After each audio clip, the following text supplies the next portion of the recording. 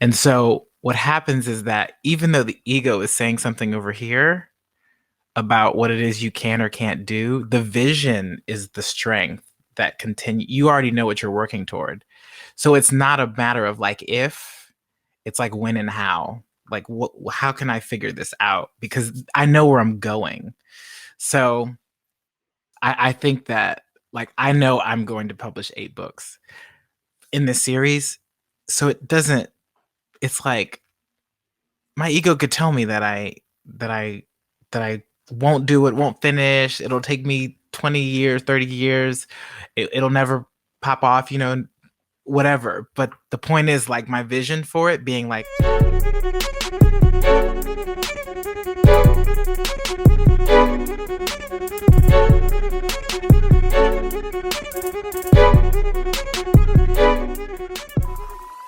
Jason, hello, sir. hello. Good to have you with us. I'm just excited. I just want to nerd out with another writer. This is dope. So look, to get into it, in the lead up, we asked you a question about difficult conversation and what's your favorite tip, and you have your go-to, but you're shifting to a new one, and you said, I can handle it. That's Is your good. favorite tip for navigating difficult conversation. Hmm. What does that mean? Like, talk us through it. I think it applies even to more than just difficult conversations, but I can handle it is the thing you say when fear wants you to stop, stand still, run away, put up a wall, not be honest, like any of those things. The I can handle it works both ways. I can handle the truth, like saying it, and I can also handle the reaction or the response. And it's really important, especially because we live in a world built in validation. So I think it's a tool to source bravery, I would say. That's money. I have been recently saying I am built for this, and I never really thought about it as a way to manage myself in conversations or like the bravery aspect. It's just kind of like, I guess at the core, it's kind of that. It's like, oh, I can keep going. Like yesterday sucked, but it doesn't matter. Like I'm built for it. I like that frame that you just put around it. I'm going to put that around. I'm built for this. That's and the validation piece. What's your personal relationship with validation? We're in an entanglement. No, Quantum? I'm a recovering. I don't even know what they would call them. I want to make up a word right now, but a validaholic, valedictorian. I don't know. I'm learning very much where my validation tendencies come from and what they were like rooted in, where they were birthed and implanted. So I'm in the process of unlearning the need for validation, the belief that I need validation, more to be more specific. And so it's an interesting journey because it really is like, it's not about anybody else but me looking at me and like where are the places that I still seek validation and where are the places that I've figured out like it's that it's not necessary. That doesn't change like my being to the core. So it's been an interesting awakening, I would say. See how many places validation showed up in my life. And then because of Nora Mr. Nice Guy to see the where it rooted itself in childhood. And how those dynamics started to manifest in my adult life completely unconsciously, subconsciously. Yeah, so it's it's a wild journey, but it's not something you ever that ever goes away. It's something you become aware of and you work on and you are at choice with. But it's not there's no such thing as like perfection in that. I would never seek validation again. you are at choice with. I think that's what awareness does. Like, because then you get the choice. Yeah, that's beautiful how you said that. Keith, what about you with validation? Like, where are you with it today? Yeah. It's interesting because I very much resonate with the path, and I'm curious, even before I answer that, Jason, to understand. Have you unpacked areas where you've sought validation more easily? Like, are there areas that it's been easier to unpack versus others that continue to creep up and show up and they catch you off guard sometimes? Or where are you at on that journey right now? Okay, well, I can say that, like, professionally, when I worked with women, the dynamic that would be created would be the validation cycle that I have with my mom Mm. or with an authority figure. Yes. So that means that the dynamic that I have with my mom is one of, like, hide and sneak, is what I call it. Mm, So, and I haven't worked at a corporate job in a while because I just couldn't handle that stuff. But what it means is that if I make a mistake, my tendency is not to want to own it because of the ways that my mom and I had our relationships. And yet at the same time, because I'm seeking validation from this woman in the ways that I did it with my mom, as a kid, I will do anything to look as if I'm, like, good. So that means that I hide everything that's bad or perceived to be bad. Mm. So that's a place that I started to like stand for myself, like in more recent consultant type situations, but that were really, really toxic in my workplace relationships that actually made it difficult for me to function in corporate environments, especially when I was working under women. Um, so that's a place I was able to unpack again through No More Mr. Nice Guy that I didn't know.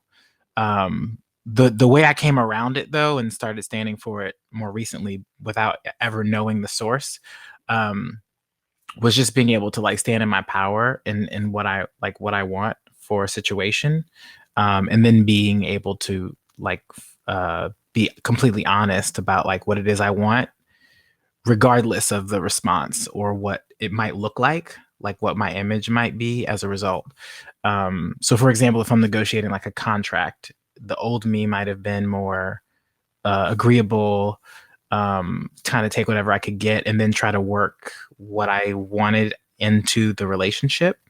mhm. Like, through the relationship, like, oh, well, maybe if I do this one for this amount, then later I can ask for more, rather than Yeah. being upfront, like, this is what I want. So, What I'm worth, yeah. yeah. So then the overturning of that is actually just a simple stand, right? Continuous, but simple stand for what it is that I value myself at and saying, this is what I want. And then if you come to me with can't meet me there, then we don't actually have a relationship or anything else to talk about. And being able to stand for that not once but twice, or and then if it doesn't work out, it doesn't work out. So I was able to actually um, start to, again, making that choice every time it comes back. I have to choose. Well, I get to choose again myself. Um, so I think that's where it started, was like learning to choose myself, learning to be clear about what I wanted, and then stand for what I wanted, no matter how many times another person would try to get me to do what they wanted or something less than what I expressed. So, What um, you just did right there, real quick, seems super small. I'm curious how long you've done it. I have to choose. I get to choose. You corrected it to I get to make the choice. Is that something you've done for a long time, or is this recent, or like? in the last year, I've been learning new language. Just, I mean, words are super powerful.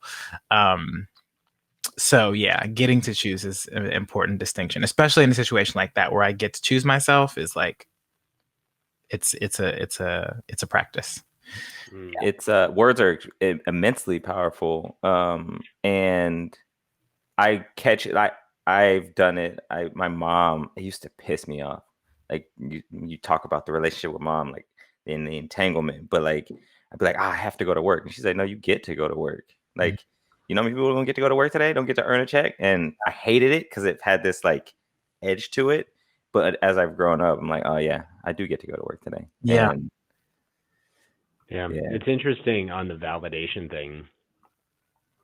Because like for me, it's been I've always had a hard time validating myself. Like I've historically needed people to tell me if I'm smart enough, if I'm attractive enough, or whatever the case. And that has been a recent shift. Like it's almost born into my DNA for one half of my family to be insecure about life. And I say that sarcastically, but it's Well, been with the power of words, it kind of is though, because it's learned. it is very much an ecosystem that I grew up with, and it's been a journey, especially over the last, I'd say, 2 years, to really unpack the validation, in particular, as we go on this journey of building this business. And coming to a point now where I don't need that validation because I believe and I have faith in what we're doing and how we're doing it. And we just got to keep doing it and make mistakes and fail. And they don't necessarily need people to tell me it's good. Yes, I'll need the financial validation at some point, but that, that's not too far in the distance. However, where it creeps up for me a lot is still intelligence. I'll go into shame spirals about, am I smart enough? I'm pretty dumb right now, right? And then female validation. It's not as bad as it used to be, but it's definitely I feel it creep up once in a while. So it's a journey. I love that. I want to add on that. Number one, you definitely, I'm about to send you Nor Mr. Nice Guy.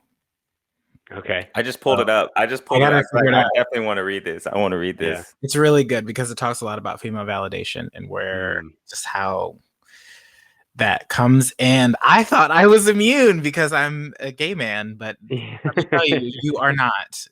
Is it moms mainly are a powerful rooted? force. I mean, we all have moms. We all have females in our lives.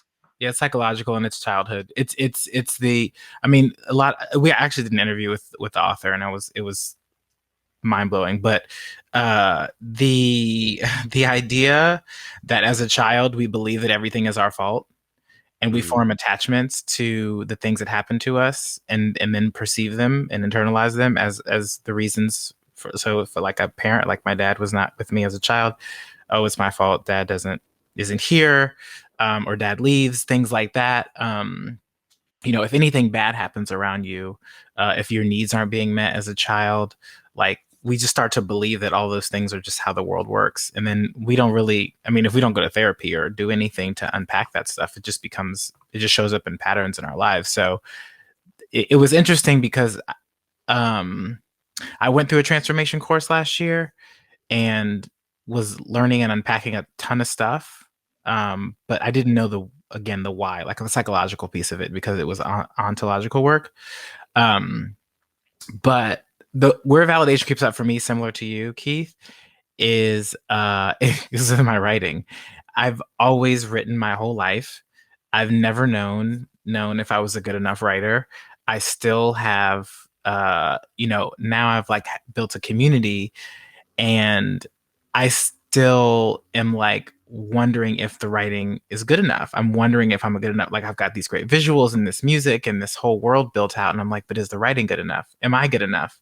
And so that's the place where it creeps up. And what really happens is that whenever I go outside of myself, meaning if I need to talk to someone to invest, or someone's asking me more about like what I want to do with everything, all that stuff comes back up, because then they start asking about numbers and sales and blah blah blah, and I'm like, well, why didn't I sell more books? And then I'm like, well, maybe the writing wasn't good enough. Oh, well, I've got this other thing coming out, like this is going to be so much better.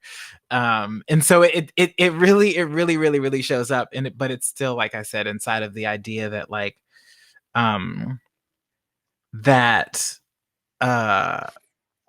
that I have to prove that what I've created is good enough, rather than let it exist as it is. And then it just goes back to me. I could either try to prove that I'm good enough or just let myself exist, which is so much easier. More comfortable. So much How about easier. you, Rodney? What's validation? What's your relationship with it today?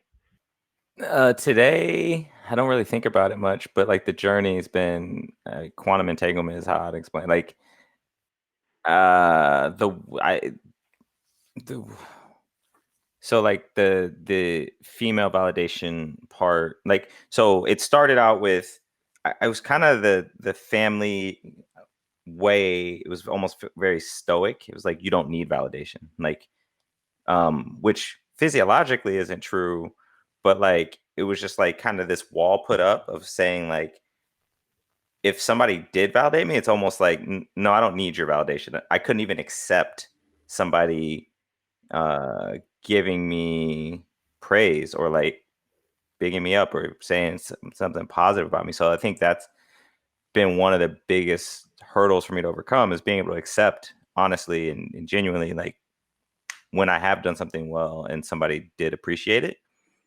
But then like seeking female validation in many negative ways, um, that's been a big one. But then even male validation, like seeking it in negative ways. And both of my parents were there. I haven't really figured out like how exactly that dynamic worked. But I think today it's more like, no, like I'm here and I do some things well, I do some things not well. And it's nice when I'm recognized. Like I accept that feeling like, man, they liked my post. Like that's dope. Like I gotta follow. Cool. But it's not like I'm logging in to see if I gotta follow. Like I Mm, guess I'm trying to navigate that middle space, that inception space of like mhm, creating and existing at the same time. But yeah. Yeah. mm. Well, listen, I have to ask. I'm going to take a pivot on this conversation, especially anchoring on the idea of words mattering.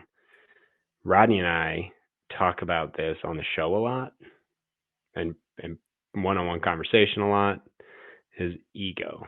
And one of the things that he and I have recently started exploring, because there is the book Ego is the Enemy, and there's a lot of negative energy around ego, which, has justifications. But we don't talk a lot about the positive aspect and angle of ego. And you said in an answer to a question about what advice you would give to people in exploring their creativity. Listen to your ego, then learn to obey your heart. So that is such a cool sentiment. How do you, like, when you listen to your ego, what is that experience? Yeah, you're pointing to the what do they call it when you like the binary system? Oh, Mm-hmm. everything's binary. Everything's So one. the idea of One. the positive negative thing, Yep. the to attribute negativity to automatically attach negativity to the ego, it's the same thing as like shaming the ego or shaming ourselves, and you basically, it's like silencing. But if I can't listen to my ego, I don't really have like the full story. I'm only getting part of it. And the ego is meant to protect.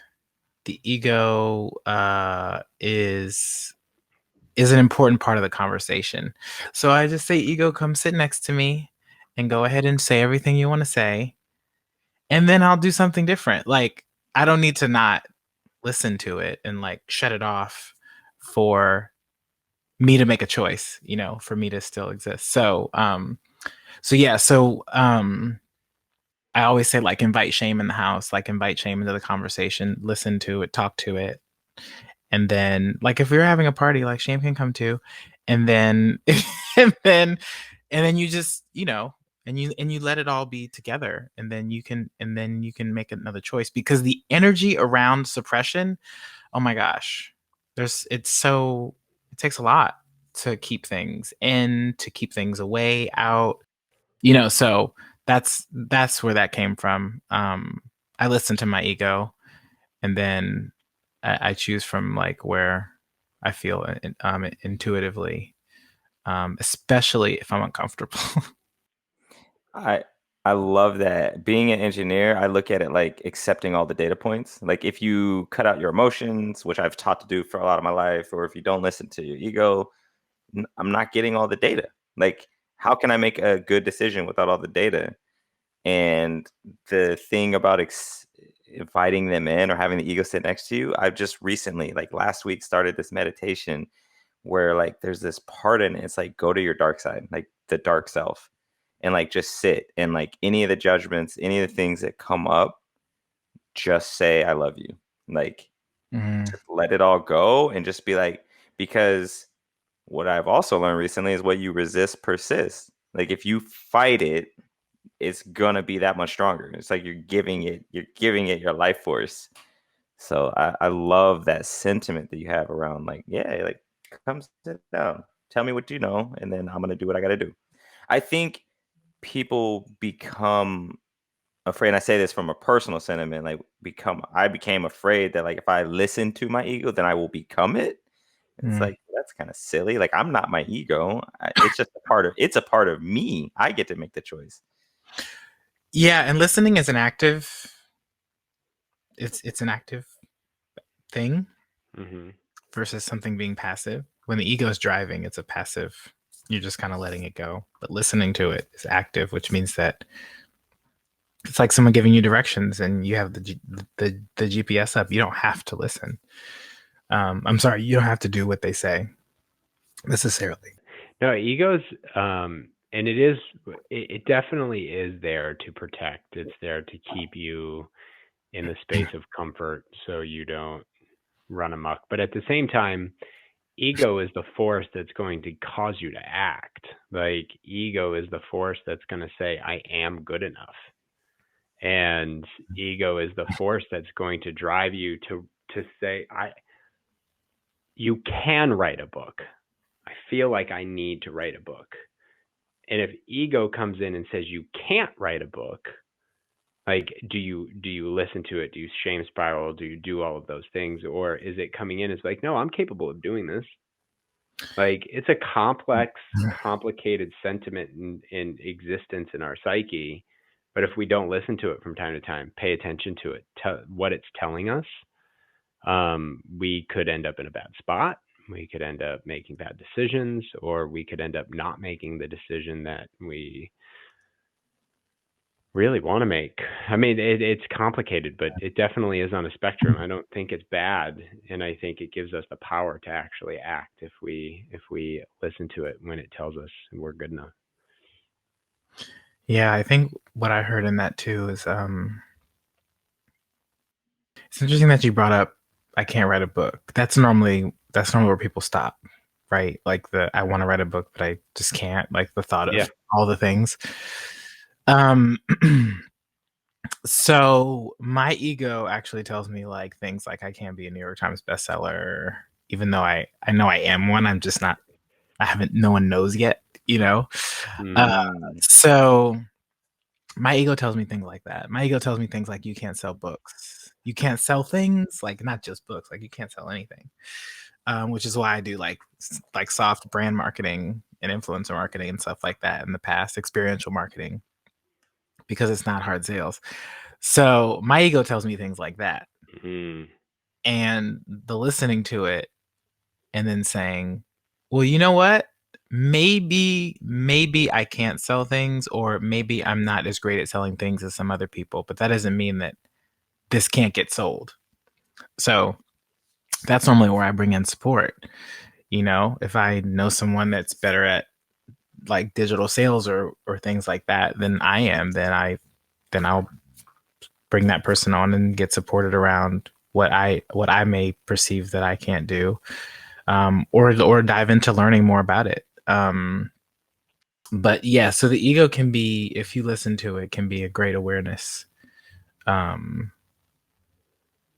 a great source of awareness, because once we're trained up, you know, whether it be through transformation program or reading or podcasts or meditation or anything like that, I've never heard anyone say turn off the ego or not listen to it. It's like I need to know what all of that is, what all is coming in, and I want all receiving all frequencies. Yeah. It almost, I mean, it sounded like what you were saying there is it it helps you improve. Like it's the extreme. Like you can't do this. It's like like okay, there are people better than me. Like, you know what? I'm gonna go find somebody who's better and learn from them. So that's actually that's a dope way to look at it. The awareness of it, the observation, it kind of goes back to your sentiment of the energy of repression is exhausting. If you repress it and you don't pay attention to it, it's going to take over, and then you're going to constantly believe it and not know why. Whereas if you can observe that the ego is there telling you you're not good enough at any particular thing, the great thing about existence is you can choose to do it anyway. And like, I don't have to believe I'm good at it or bad at it. I don't have to think I'm good at it or bad at it. I can still do it and see what happens. And then all of a sudden you do it. It's like us starting this podcast. Like, I mean, that ego of, oh, no, I mean, you guys aren't good enough. Like, no one's going to listen. No one cares about you guys. No one does that. No one does. It's like, well, let's just start a podcast.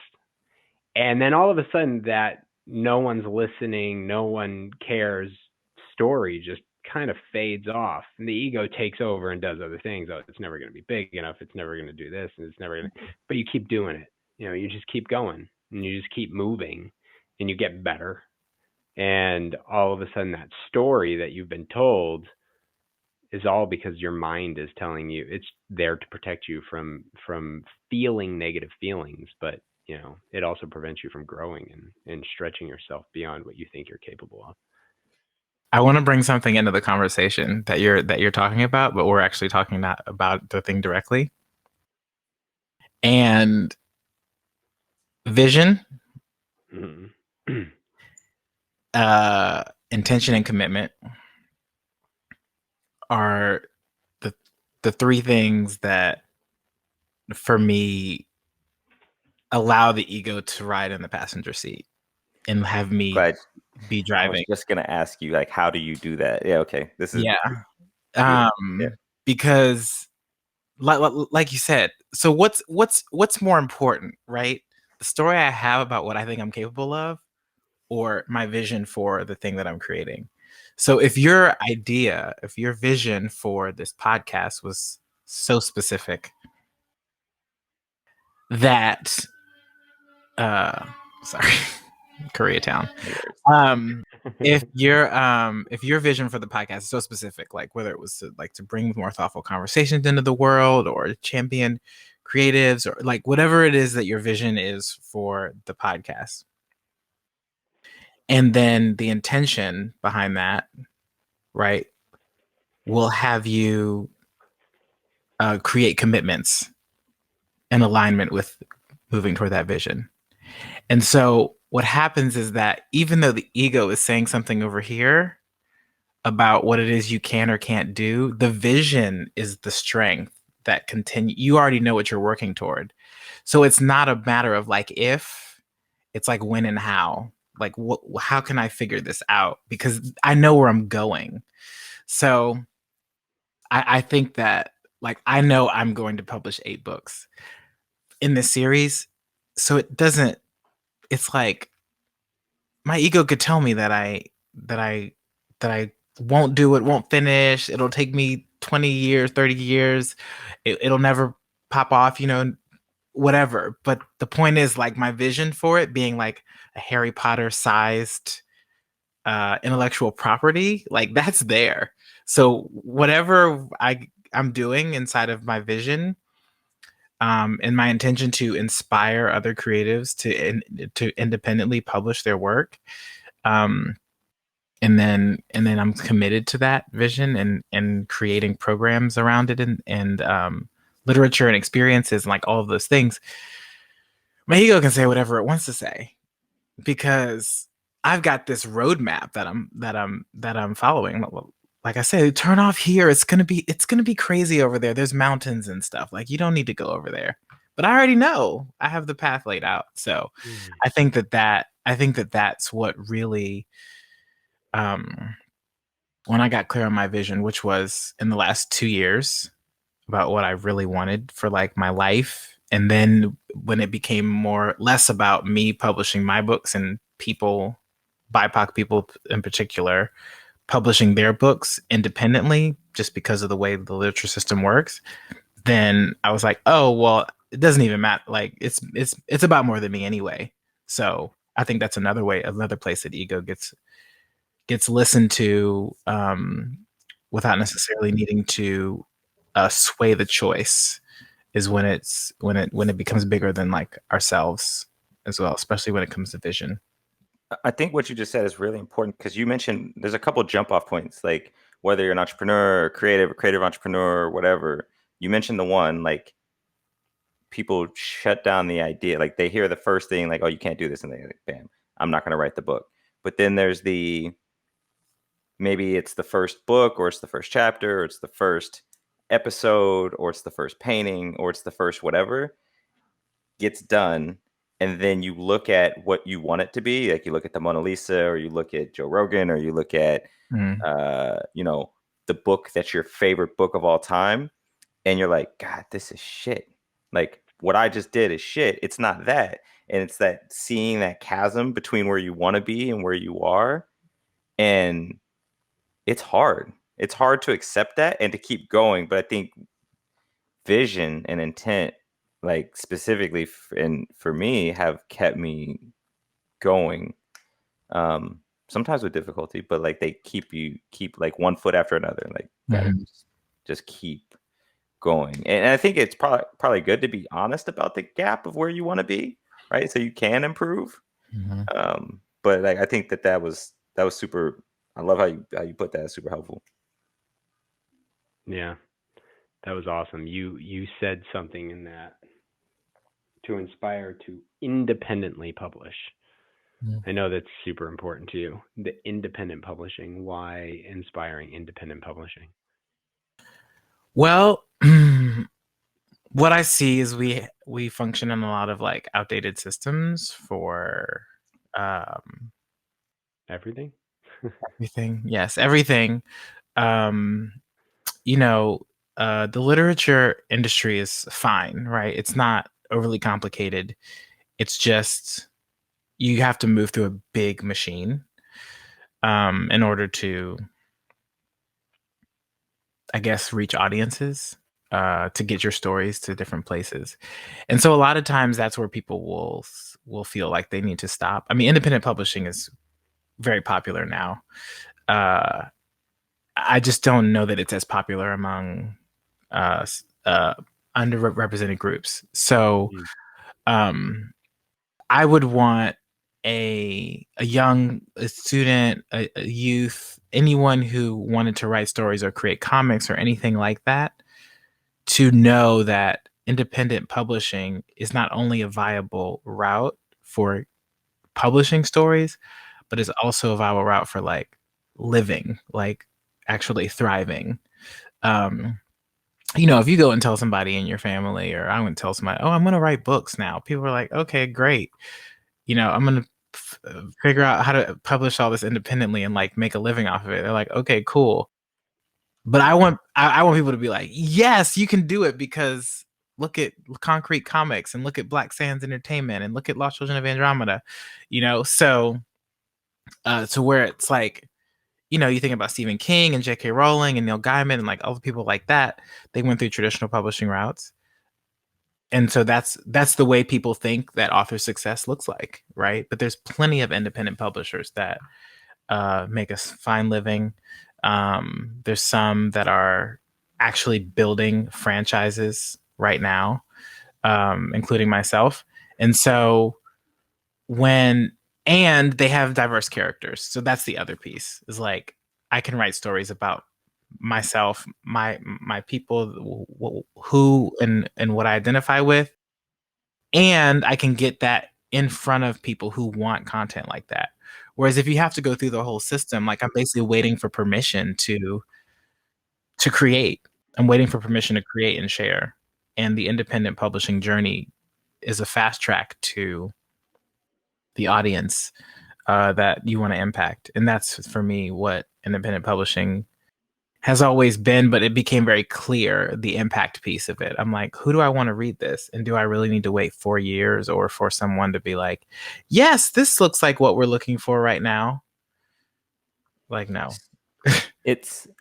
So my mom does a lot of work in this space, specifically helping YA authors of color. She was focusing on women for a while, but now she's just like BIPOC, like just helping authors get seen, because that's a whole big part of this. And I think one of the big downfalls in the system is that it'll say something to, like, say you Lost Children of Andromeda, it would say like, nobody wants to read that. Like, there's not an audience, because it hasn't typically seen that audience, because it hasn't seen that content, because it hasn't accepted that content, because it hasn't seen that audience. So it's like this self-perpetuating loop of like, well, you just can't do this. But self-publishing, kickstarting, Indiegogo, GoFundMe, like, has really created a space where independent creators can find their audience. And turns out there's a huge audience that it'll be interesting. I wonder what'll happen with the traditional publishing space. Will it adapt, or will it just will it adapt? Will it stay what it is and just there'll be other options, or will it fizzle and morph? Yeah, I don't know. It's very, I mean, you have to get an agent to get a publisher, and there's only so many agents, and they can only accept so many authors. So it's not like I wouldn't say the industry, I don't know if it's growing. Like, I don't know if there's more people being like, I want to be a literary agent. And even if they were, it wouldn't grow the number of authors in the traditional publishing space too greatly. I went to a conference one time and they actually broke it down, and it's kind of like trying to play basketball. It's that same level of like, there's like hundreds of thousands of people applying for a company that only has 5,000 positions open, or 4,000 positions open, or 1,000 positions open, like a year. So that's the race you're in, right? And I think that traditional publishing is very specific in how they model and take things to market. And so if the vision is like, I want to sell a bunch of books and be in a bunch of bookstores and, go on TV and be in the tours and stuff like that, you go that route, because that's how they set it up. But for me, like, I want to do library readings and like theatrical performances, and I want to go to schools, and, I want to have students acting things out. Like, so like the independent journey is fun for me in that regard, because it's like, I get to do stuff like this. I get to go on podcasts and talk about, Lost Children of Andromeda in this way. And it's not scripted, and it's not, it's like free flowing. It's not like for a thing, I'm like plugging, but I don't know. It's like, it's about what you want. It's about what you want, and like, what kind of experience do you want? And I think that whether you choose traditional or independent, I always say the work is still the same. So regardless, you're still going to have to do the same amount of work, the same rounds of editing, the, same level of promotion, even sometimes more with traditional, because you have way more books to sell, because there's actual inventory on the line and your bonus or your advance on the line. But yeah, the work is still the same. So whatever you choose, just know what you're committing to.